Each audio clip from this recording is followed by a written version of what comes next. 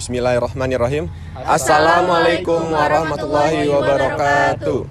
Kami dari kelompok 6 moneter. Di video kali ini kami akan menjelaskan terkait dengan memahami kenaikan dan penurunan tingkat inflasi internasional sejak tahun 2020. Pertama-tama kami akan memperkenalkan diri kami terlebih dahulu. Pertama, saya Artanti Puspita dengan NIM akhir 007. Saya Janur Marisa dengan NIM akhir 043. saya Andren Ahmad Kurnia Ramadan dengan NIM akhir 040. Saya M. Sani Ismail dengan NIM akhir 034. Dan saya Saiful Arifin dengan NIM akhir 096. Dan berikut videonya. Halo, tahu nggak sih? Dalam beberapa tahun terakhir, dunia menghadapi dinamika inflasi yang penuh tantangan. Pada tahun 2020 sampai dengan 2022, inflasi global melonjak secara drastis, mencapai rekor tertinggi di banyak negara. Akibat berbagai faktor seperti COVID-19, lonjakan harga energi, dan juga ketegangan geopolitik seperti konflik Rusia dan Ukraina. Namun, sejak tahun 2023, inflasi mulai menurun, yang mencerminkan penyesuaian kebijakan moneter yang dilakukan oleh bank sentral di seluruh dunia. Nah, pada video ini kita akan mengeksplorasi lebih dalam tentang apa yang sebenarnya memicu perubahan ini, bagaimana setiap negara merespon, serta dampaknya terhadap negara maju dan berkembang. Setelah 3 dekade stabilitas, inflasi global melonjak hingga 9,5% pada tahun 2022. Inflasi di negara maju meningkat dari 3,5% menjadi 7,9%, sementara di negara-negara berkembang naik dari 4,9% menjadi 10,8%. Faktor pendorong inflasi di mana diagram interaktif yang menunjukkan harga energi, gangguan pasokan, dan pasar tenaga kerja, di mana analisis menunjukkan 3 faktor utama. Yang pertama, itu ada harga energi yang melonjak hingga 44% pada tahun 2022.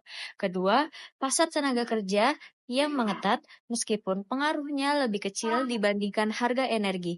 Dan ketiga, dampak global dari kebijakan domestik seperti subsidi dan kontrol harga. Pada tahun 2023, inflasi global turun ke angka 6,8%, di mana kebijakan moneter yang ketat berperan besar di sini dengan kenaikan suku bunga oleh bank sentral juga stabilisasi harga energi. Selain itu, negara maju juga mencatat inflasinya turun ke angka 3,1%, sedangkan negara berkembang berada di angka 8%. Kebijakan moneter yang ketat seperti kenaikan suku bunga oleh bank sentral ini guna menekan permintaan dan mengendalikan harga barang dan jasa. Stabilnya harga energi juga memiliki peran yang besar karena ketika harga energi ini sedang stabil, maka inflasi pun akan melandai. Perbedaan yang signifikan juga terlihat antara negara maju dan negara berkembang, di mana negara maju ini memiliki kebijakan yang lebih terkoordinasi dan struktur ekonomi yang lebih kuat. Sedangkan negara berkembang masih menghadapi beberapa tantangan dikarenakan negara berkembang cenderung masih bergantung pada impor energi. Studi pada 21 negara mengungkapkan kompleksitas pengaruh harga energi terhadap inflasi inti. Setiap negara memiliki karakteristik unik dalam merespon guncangan harga energi global. Jerman misalnya, lebih terdampak dibandingkan Perancis karena perbedaan struktural dalam kebijakan energi. Faktor global seperti harga energi internasional tetap dominan, namun sensitivitas tiap negara berbeda secara signifikan. Hal ini bergantung pada komposisi energi, struktur ekonomi, dan kebijakan pemerintah setempat. Perbedaan ini menjelaskan mengapa tidak ada strategi tunggal yang efektif untuk mengendalikan inflasi energi di semua negara. Nah, dari pembahasan tadi, jelas bahwa kenaikan dan penurunan inflasi global sebagian besar dipengaruhi oleh guncangan harga energi, serta respons kebijakan moneter yang signifikan.